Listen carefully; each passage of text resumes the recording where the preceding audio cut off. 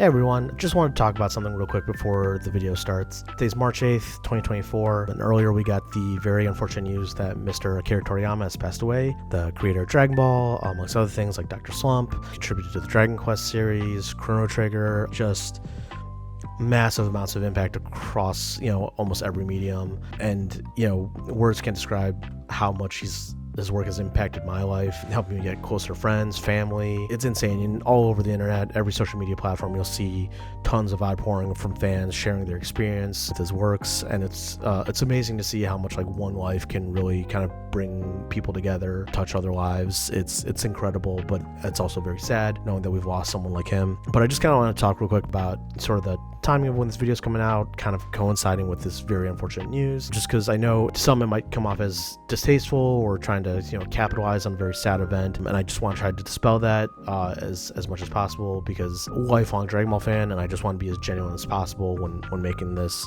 type of content. So just for the record, majority of this video was actually recorded in December of 2023, and you'll even notice it in references in the video and stuff that was just too troublesome to edit around. The reason it's coming out now is because I do work a full-time job, and so I only get chances to edit late at night or on the weekends, and for lengthier videos like this, it just takes a lot more time to get done. However, with that said, I'd be remiss to say that Mr. Toriyama's passing didn't at the very least inspire me to try to make sure to get this video as done as possible, because I think in a way his passing helps amplify the message of the video and the topic, and we're talking about the preservation of someone's work. And the thing is, with Dragon Ball 2, there's a ton of people that played the games first before even getting a chance to watch the anime or read the manga. If we want to continue to have Dragon Ball be shared with fans for generations to come, this helps kind of drive it all forward, especially in light of this very sad and unfortunate news. I want to give obviously condolences to all his friends, family, and all those who were all deeply saddened by the news, but I just hope that everyone understands that this whole thing was done with tremendous amount of passion on my part. Lifelong Dragon Ball fan, like I said. Thank you for clicking on it, thank you for watching, and I hope you all like it.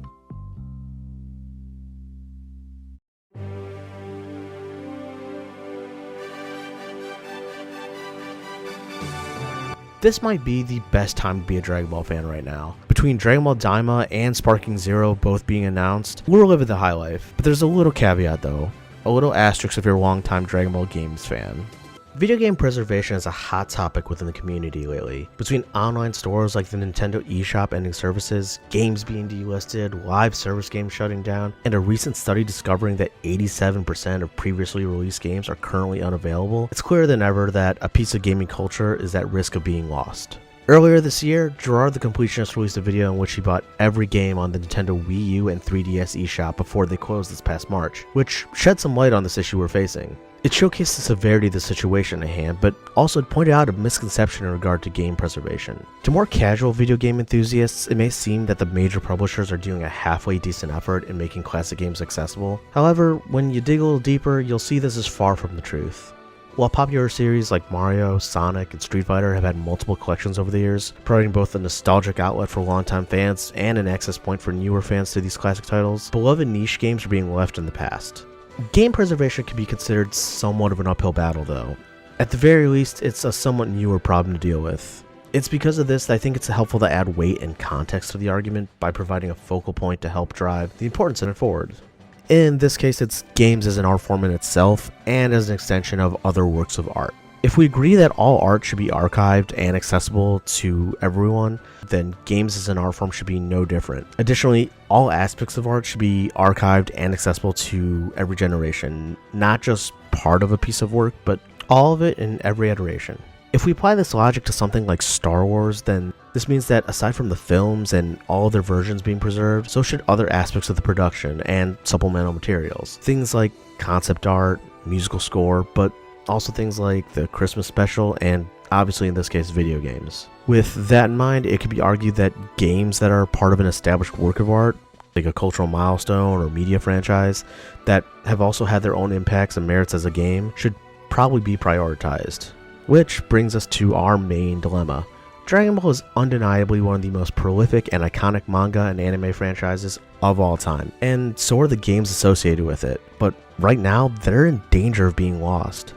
These games are essential to the franchise, not only because they serve as an interactive way for fans to enjoy the IP, but it also serves as a jumping on point for new fans. Additionally, it's important to understand these games have their own significant impact on the success and popularity of Dragon Ball. There is a massive amount of Dragon Ball games, but I think it's worth discussing just a few select series to best exemplify how important they are to the franchise. Before we get into the games, I think it's important to understand the kind of 3-ish waves / generations of American Dragon Ball fans that we're working with. I think it helps really contextualize when these games were released and how important they are.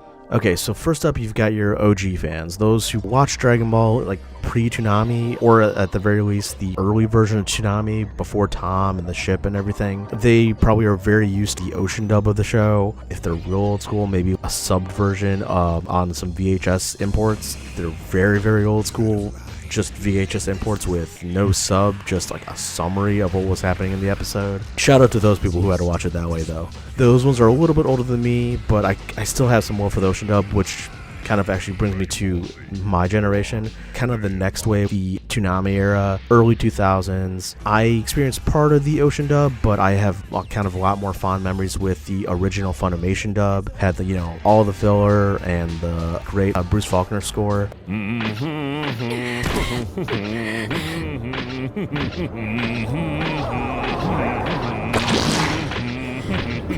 And then kind of the third wave is the DBZ Kai people who probably watched it on like Nickelodeon circa 2010 and later. And those are kind of the three big ones that we're looking at today. And when I refer to these waves, it's more just how people probably experienced the show for the first time. It's important to recognize these groupings because they directly correlate to certain games' releases and their subsequent impact. Ultimately, it helps showcase the importance of how a given game's American debut coincides with the anime's, rising popularity, or in some cases, eventual renewed relevance. Sorry it's a bit US-centric, but I can only go off what I know and personal experience. I bring this up because there's a significantly different way that American fans have experienced and interacted with the series compared to Japanese fans, for instance. The main one being timing. Without getting into it too much, factors like when the manga and then the anime were released and how they were aired played a major role in shaping fans' experience. Obviously, Japan and other regions don't have these same eras I mentioned because they have their own. Also, I think if I tried to include all or another region's experiences and eras, not only would it feel unauthentic, but this whole thing would become way too bloated. This whole commentary is just one piece of the puzzle. If anything, the fact that Dragon Ball game experiences aren't just some monolithic experience, across the globe, I think it provides some clarity and adds context to this whole situation. So, keeping all that in mind, let's get to the games. First up, and somewhat scraping the bottom of the barrel, is Dragon Ball GT Final Bout. At first glance, this may seem like an odd inclusion given its presentation, but it was one of the first official US localized Dragon Ball games, complete with some English voice acting as well. You look strong. This should be a good fight. This is going to be a problem. Games prior to this, like Dragon Power, lost a lot of the relation to the Dragon Ball franchise in the localization process. I'm sure there are other reasons, but I'm pretty sure a big one had to be because Dragon Ball just wasn't really a thing yet. Final Bout was the pioneer. It was the toe dip into trying to capitalize on the growing popularity of the show. This made it especially memorable to that first generation and the older members of the second, like myself. Due to the fact that it was a GT game though, it introduced some elements that were new to these fans and definitely caused, I'm sure, some confusion. See, at this point in time, GT wouldn't be released for a few years, so elements like Kid Goku, Adult Gohan, even the presence of Boo had to be perplexing to say the least. However, there was one most noteworthy element, and that had to be the inclusion of Super Saiyan 4 Goku, via cheat code that is. His inclusion also somewhat serves as an introduction to the form for fans at that time. In fact, Team 4-Star has a whole video on not only the transformation's significance, but in the video, Kieran even provides the context of his discovery of it involving this very game. Now, I'm sure he's not alone in this revelation, and many of the fans at the time probably could offer very similar anecdotes. All would agree that The game, though, in terms of graphics and gameplay, are not great and have aged even worse. Yet, despite this, by sheer level of influence and impact, this game should still be available. Understandably, wanting to salvage a piece of work that wasn't well received may seem like an odd cause, but regardless, it's still part of the franchise's history, and at the very least, it offers the ability to see how far we've come. Moving on to greener pastures and games that I have plenty of love and nostalgia for, it's the Budokai series. Not to be confused for the Budokai Tenkaichi series that followed it, which we'll also discuss, just albeit separately. These games are the epitome of right place, right time. The early 2000s, Toonami fans like myself and that era were to me the peak of Dragon Ball's initial popularity in the States. While that first wave of fans definitely got things kickstarted and spread the word of how amazing Dragon Ball was, it really felt like that next wave was when things felt like they were firing on all cylinders, like full multimedia marketing push. Again, we're talking almost exclusively here in the States. Enter the first Budokai game. It's impossible to adequately describe the anticipation my friends and I had for this game. We read just about every publication and online forum at the time, just trying to get any little detail or image on the first game. When it came to other Dragon Ball games, all I had was some sprites I had found online of older games, but no way to play them, which somewhat reinforces the game preservation issue at hand even back then. So for us to know we were getting this game felt like an event. This was our final bout, but it was even more than that. There felt like there was more effort put in here. I recall barely ever seeing Final Bout on shelves, and no one I knew had it. For me, it felt like a localization that was pushed out as a testbed and wasn't given a proper push. Budokai, on the other hand, had some prestige to it. There were posters and ads at my local game shop. It had this sort of legitimacy to this thing my friends and I liked. It made it feel like it wasn't just this weird Japanese cartoon that we liked, but something that was starting to get popular. To be fair, the game had a tall order to fill, and for the most part it hit the mark. It wasn't perfect, but it was a start. The game's sequels improved on the formula in almost every way with each new release. Bigger rosters, flashier moves, more defined graphics, fun, arcadey, random BS that shouldn't be in a fighting game. Every time he does that, and every time it leads to this, and every time I lose so much health. Yep. Unless you get lucky and block it. Come on, Kaiser, get that taste of Ultimate Tenkaichi. The worst Dragon Ball game I think I've ever played. While my personal favorite would end up being Shin Budokai, Another Road on the PSP, there's no denying that Budokai 3 is the most impactful and probably the one most people have nostalgia for. It feels like the Final Fantasy VII of the series. So much hype, so much nostalgia, and for the most part it lives up to it. It's baffling to me that a series that set the standard for so many of the games that followed it are not available on modern consoles. While we did get an HD remaster during the PS3 360 era, it's hardly a replacement. First, that remaster is at least 2 generations old and cannot be found on either platform's digital stores. More importantly, it's missing Budokai 2. My being a staunch Budokai 2 defender aside, this reinforces my point that you can't just pick and choose what gets to be preserved. Going back to the Star Wars example, this is only like keeping 2 out of 3 original films, or even just like 1 of the trilogies. It wouldn't make sense not to have all of them available. Additionally, there are some notable changes in the HD collection, one being the music, which we'll discuss on its own in more detail. The second being some of the animations, specifically one of Broly's attacks is edited to seem less brutal, but it's weird not to have the original available. Again, using the Star Wars example, it'd be the equivalent of just keeping the special edition version of the films and not having the original theatrical releases accessible. The next set of games is arguably just as iconic as the original Budokai series, but I don't have quite the same fondness as some of my peers do for them. I am of course referring to the Budokai Tenkaichi series, and by extension the Raging Blast series. By the way, what a time to bring this series up, seeing as Budokai Tenkaichi 4 was announced earlier this year. As many fans know, despite the naming convention, these games are 2 completely different series, from separate developers with a drastically different gameplay. I know it may come as a surprise given the demographic I fall into and the time of their release, but I have no nostalgia for these games. As a result, explaining their impact will mostly come from a more observational and neutral standpoint. But first, I wanted to give some background on the release and why I'm sort of estranged with them. The Tenkaichi series released immediately after, and in some cases concurrent with the Budokai series, depending on which games you're looking at. When the Tenkaichi series released, I was starting high school, and I was at a point where I had somewhat fallen out of love with Dragon Ball as a whole. A large portion of it was caused by bullying and peer pressure, and which is something I always regretted. Aside from this, I didn't think there was a way they could make a game better than Budokai 3 at the time. It felt like they accomplished everything it needed to be for a successful Dragon Ball game.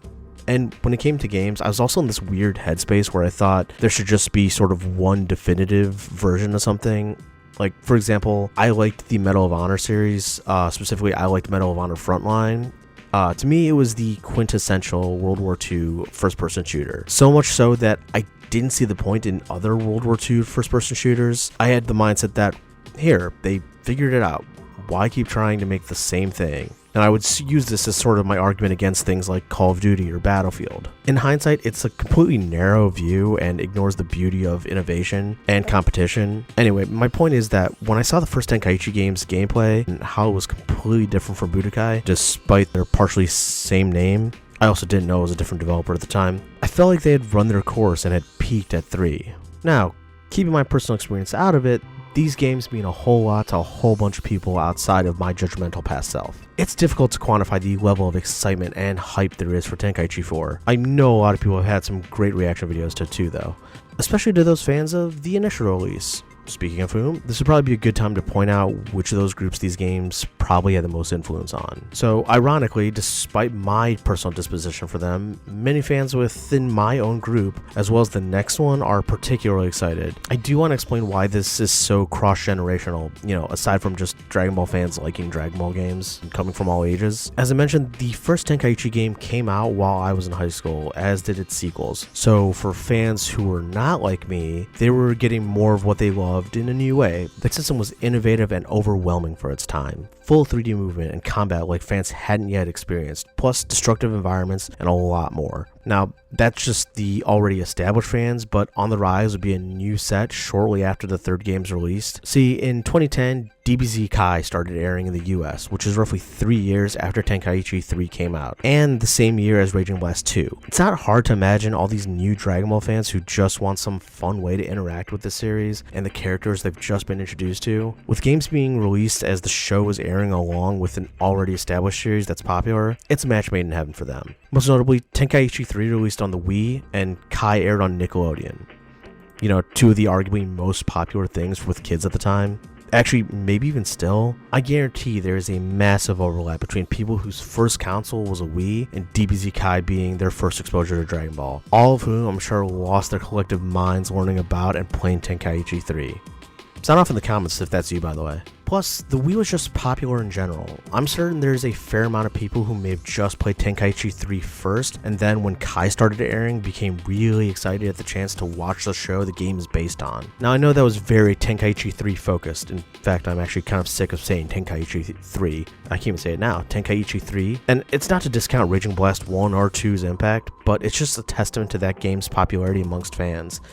Seriously, go look at an eBay listing for it right now. It'll make your head spin. And all the more reason we need access to these games. With a new entry to the series coming out, it's a shame there isn't a viable way to play the series leading up to it. Fans both old and new deserve to have the opportunity to experience these games, not only to appreciate them on their own merits, but to add perspective to the new entry. It's hard to judge how much a sequel has improved upon its predecessors when they're not available. Now, before we move on to the last section, there's a major elephant in the room that needs to be addressed when it comes to why some of these games haven't been ported over. I'm sure someone seeing this has already brought this up in their mind and is just waiting for me to get to it. That issue, of course, being the music.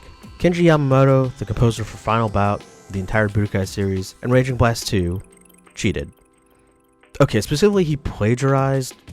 Even more specifically, here's the excerpt from Wikipedia summing up the occurrence very neatly for me. On March 9th, 2011, Toei Animation publicly acknowledged that many of Yamamoto's musical works for the series infringed upon unidentified third-party copyrights. As a result, Toei removed Yamamoto and replaced his compositions with those from the original Dragon Ball and Dragon Ball Z series written by Shunsuke Kikuchi. The plagiarism of these works has been known to fans since May 2010. Due to the discovery of plagiarism in his compositions by Toei, they were replaced in Dragon Ball Z Budokai HD Collection and later copies of Dragon Ball Raging Blast 2. Since then, a limited pre-order bonus release is based on Super Famicom games from Dragon Ball Z Super Butoden, the Switch version, and Dragon Ball Z Super Butoden 2 3DS version, would replace the music in the 16-bit era. Also, Did You Know Gaming has a very good video about this. This significantly impairs the possibility of the games involved ever making a modern return, at least with the original compositions, which creates a gray area because while they should be preserved in their original fashion, the legality of doing so is shaky at best. Now listen, I don't condone plagiarism in any way.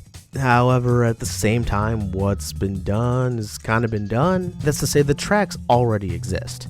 Oh, and it's worth mentioning that his compositions for these games are amazing, absolute bangers, all of them. Go figure that the songs that rip off already established good songs turn out to be hits themselves. I mean, just compare Budokai 3's opening to its replacement and try to tell me it's not a little bit of a downgrade.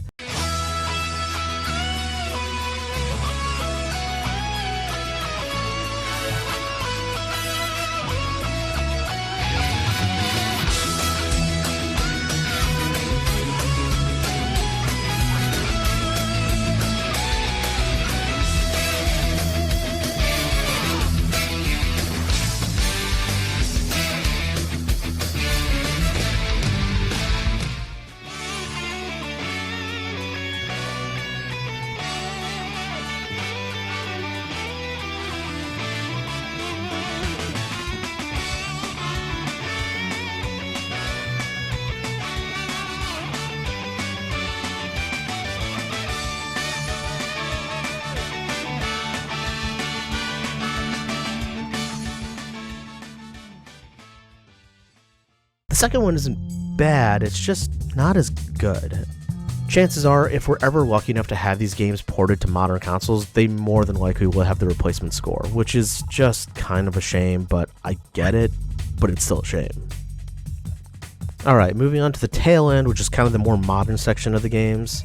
When discussing the impact and popularity of Dragon Ball games, people are often quick to bring up the various fighting games that the series has been adapted into. Often this seems to be the preferred way to translate Dragon Ball into the realm of video games, and while it has some merit, especially in regard to the action, I think a strong case could be made for the RPG model. I personally think RPGs better capture the spirit of what Dragon Ball is about, and to kind of an extent martial arts as a whole. So much so that I could do a separate discussion on it, but for now I'll just kind of briefly explain. The series has recurring themes such as personal growth, improvements of one's skills and abilities, all while maintaining a sense of adventure, all of which can also be found in traditional JRPGs. This is usually presented in games through things like leveling up and traversing large world maps or various planets. We can look to two games that display these attributes in spades, those being Attack of the Saiyans and Dragon Ball Fusions. No disrespect to the Legacy of Goku series, which also deserves to be preserved. I just feel more passionate about these two titles and think they capture the essence of Dragon Ball and therefore feel more integral to the culture of the franchise, at least to me. Let's kind of go through these chronologically. Dragon Ball Z Attack of the Saiyans is such an interesting entry. As a game, it's relatively straightforward. While it doesn't break any new ground in the genre, it utilizes the staples effectively and is a solid adaptation of transitioning Dragon Ball into a turn-based RPG. Now you may be wondering, why is it worthy of discussion if on the surface it's somewhat unremarkable? Which is a fair criticism, but the fact of the matter is that it has less to do with the game being good and has more to do with how it fits into the franchise. Going back to those three eras/generations that I mentioned, this game may find itself resonating with that last group, that newest group, those that watched DBZ Kai. Admittedly, this is just kind of sort of personal observation and conjecture, but I have some supporting evidence. First, it's important to note that in Japan, this game is known as Dragon Ball Kai Saiyan Invasion. This, coupled with the fact that both the game and the show debuted in Japan in April 2009, clearly indicates the game was meant to be a tie-in to the upcoming release. This game was not only for returning fans, but those they were trying to bring in, especially those newer fans in the US. This is evident based on the game's story. As the title indicates, the game's plot focuses on the lead up to the Saiyan arc only. Unlike almost every other Dragon Ball game to this point, it plants itself firmly within a small time frame.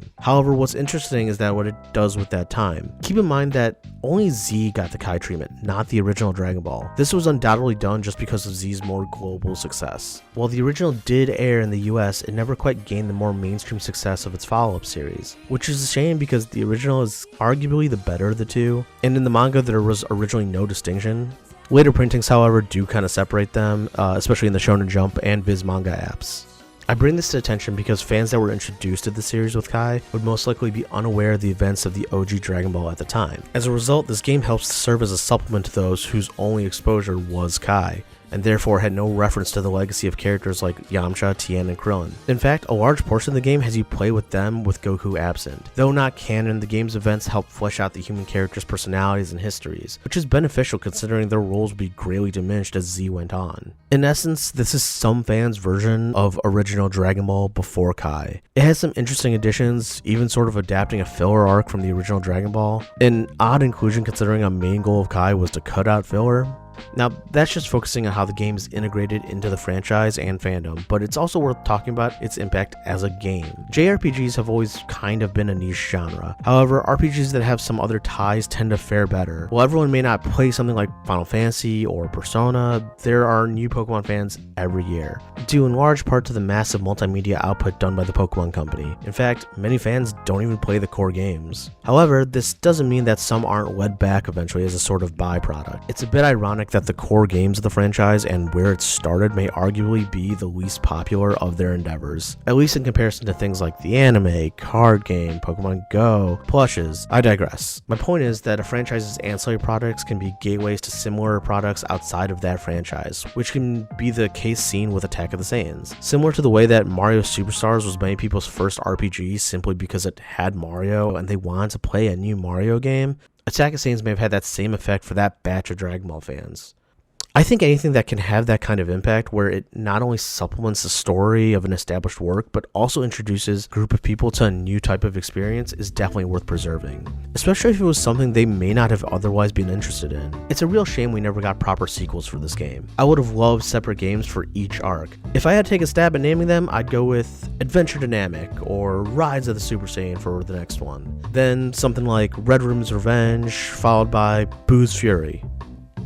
Wait, no, that last one's taken. Let's go with Majin Menace. Yeah, Majin Menace will play.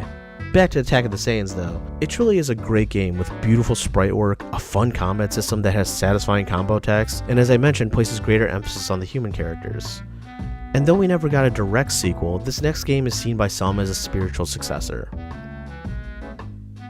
I don't know if I've ever hyped up or constantly recommended a game as much as I have for Dragon Ball Fusions. It's borderline a perfect game.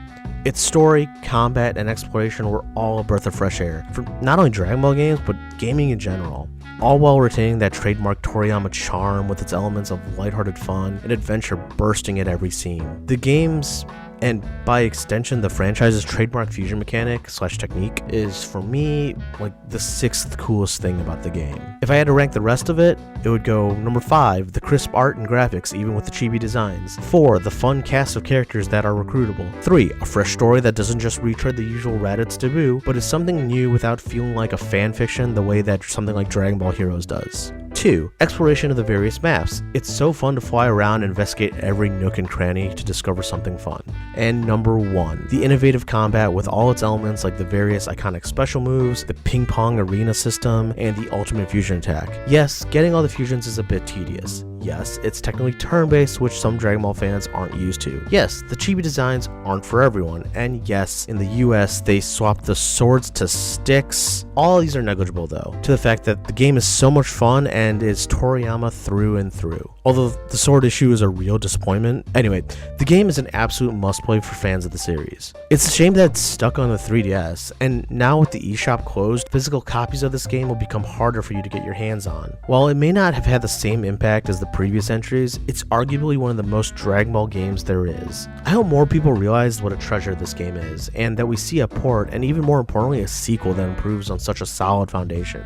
Now, before we move on to the last session, I'd be remiss not to mention Extreme Butoden, also on the 3DS. I haven't played it, and so I don't have much to offer in terms of a gameplay impact, but it's not hard to recognize the roots it laid down for a later entry. Extreme Butoden was developed by Arc System Works of Guilty Gear, BlazBlue, and in this case, most importantly, Dragon Ball FighterZ fame. While it wasn't their first time working with the Dragon Ball IP, that goes to Supersonic Warriors 1 and 2, it definitely laid a lot of the groundwork that we'd see in FighterZ. We'll go in more detail on FighterZ in a bit, but suffice to say, the game made a big splash among not only the Dragon Ball fans, but fighting game fans as well. I don't think it's too far-fetched to say that without Extreme Butoden, we may not have FighterZ in its current form. Oh, actually, one other last thing before we wrap this up. Sadly, the next bit is something I never got to play. I'm sure I'm not alone. It was never released officially here in the US, and the official servers have been shut down. Now, I'm presenting this from the perspective of a US fan, so its inclusion may seem like a bit of a misstep. In actuality though, it's because of this that it needs to be discussed, among other reasons. I'm of course referring to Dragon Ball Online.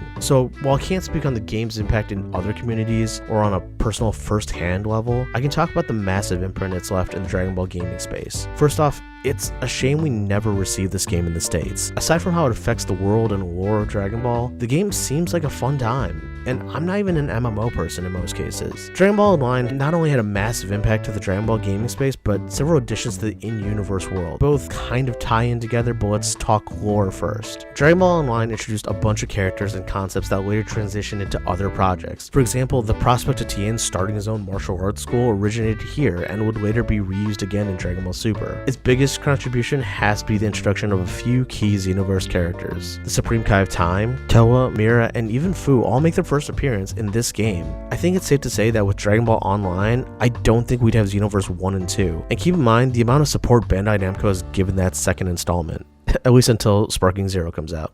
There are a few other world-building elements that we've yet to see extracted from it. For example, Krillin starting a new turtle school, the sword school taught by Goten and Trunks, based off Gohan's book on ki control and technique, and King Kai teaching everyone on Earth how to use the Kaioken. Arguably, that last one has the most significant and coolest implications, probably followed by the second. They kind of go hand in hand. Personally, I would love to see these ideas pop up again. Due to when Daima takes place, it's unlikely to happen there. I've always had a problem with how the regular people in Dragon Ball seem to forget Goku and his friends, as well as their abilities, so this would be an interesting way to progress the world. Anyway, my point is, Dragon Ball Online, despite its limited availability, managed to have a major impact on multiple parts of the franchise. In fact, it may have a continuing one if those ideas are reused in later projects. Imagine what it could do if it were still officially available, and no, Xenoverse doesn't count. Although, speaking of Xenoverse, I guess there's no better place to wrap this up than the present. As I mentioned, Xenoverse 2 has had a ton of support since its release in 2016. Jesus, this game's old. My god. Bandai Namco, let it go. I mean, keep allowing new players to play it, but I don't think it needs any more DLC. It'd be nice if they showed their legacy games this same kind of love. Xenoverse 2 aside, it's not the only Dragon Ball game that's keeping the Dragon Ball gaming community thriving. Now, I know this has been all about past games that need to be ported to modern consoles and be accessible for future generations, but I think it's worth talking about a couple modern titles that have had a similar impact. These games are not only treats to longtime fans, but have been a way to bring in new fans in very specific ways. Additionally, there's a bit of an osmosis situation happening because they've also been ways to introduce Dragon Ball fans to other types of games. Essentially, these two titles best exemplify what I've been saying Dragon Ball games can do to further propel the franchise. It's no surprise that I'm talking about Dragon Ball FighterZ and Dragon Ball Z Kakarot. Let's start with Kakarot. The game is an action RPG that retells the story fans are familiar with, adds in some of its own contributions, but unfortunately takes away a couple of things. Now, when this game was announced, I was initially excited because it was being developed by CyberConnect 2. While most people know them as the developers of the Naruto Ultra Ninja Storm games, but I love them because of .hack. My anticipation dampened a bit and turned to a bit of disappointment when I realized they were treading old water in terms of the story, but was still excited to know it would be an action RPG.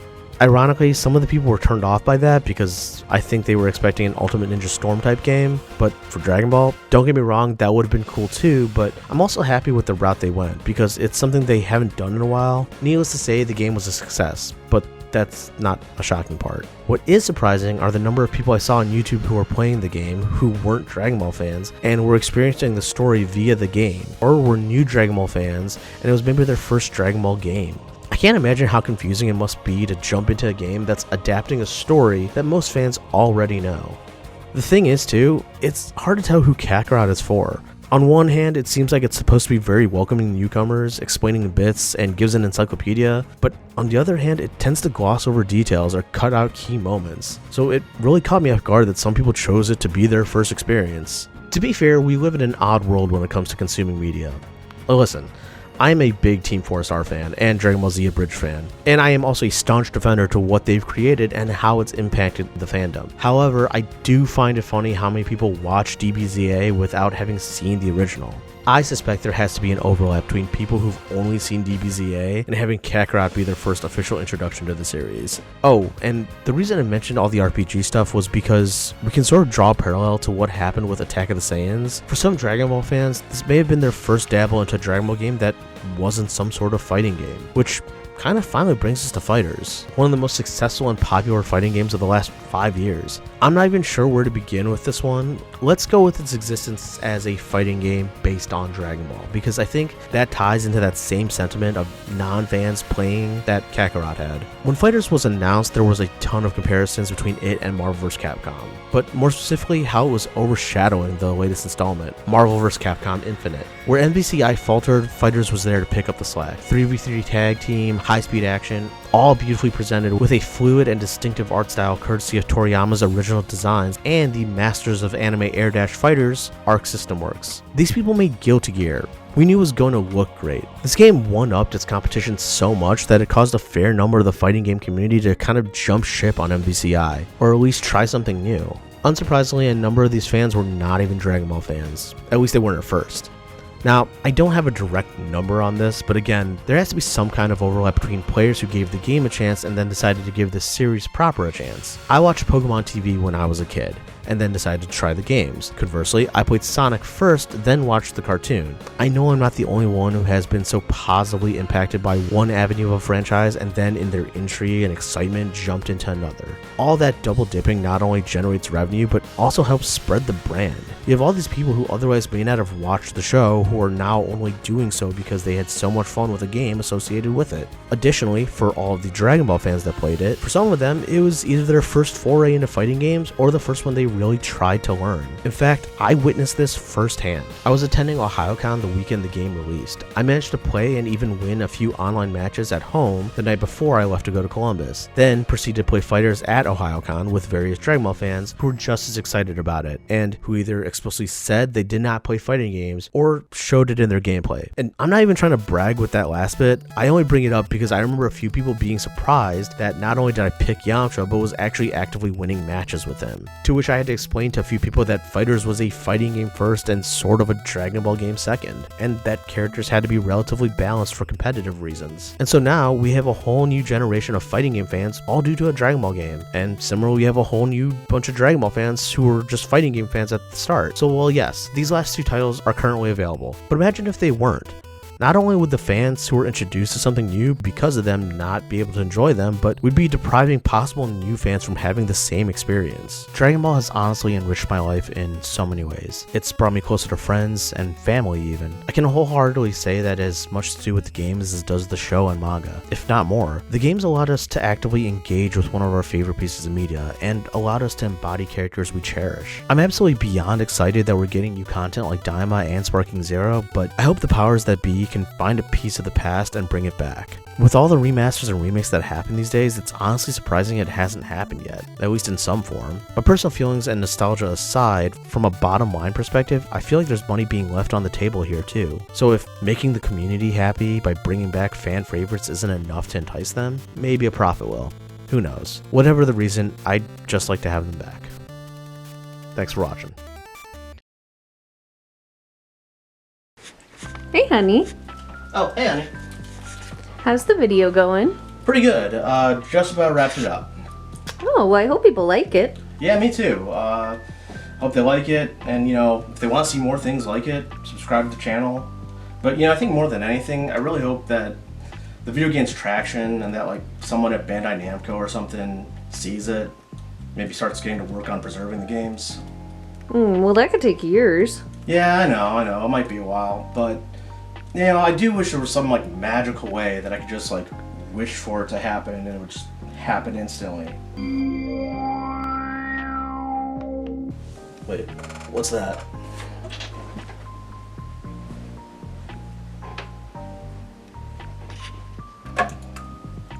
I think I've got a plan.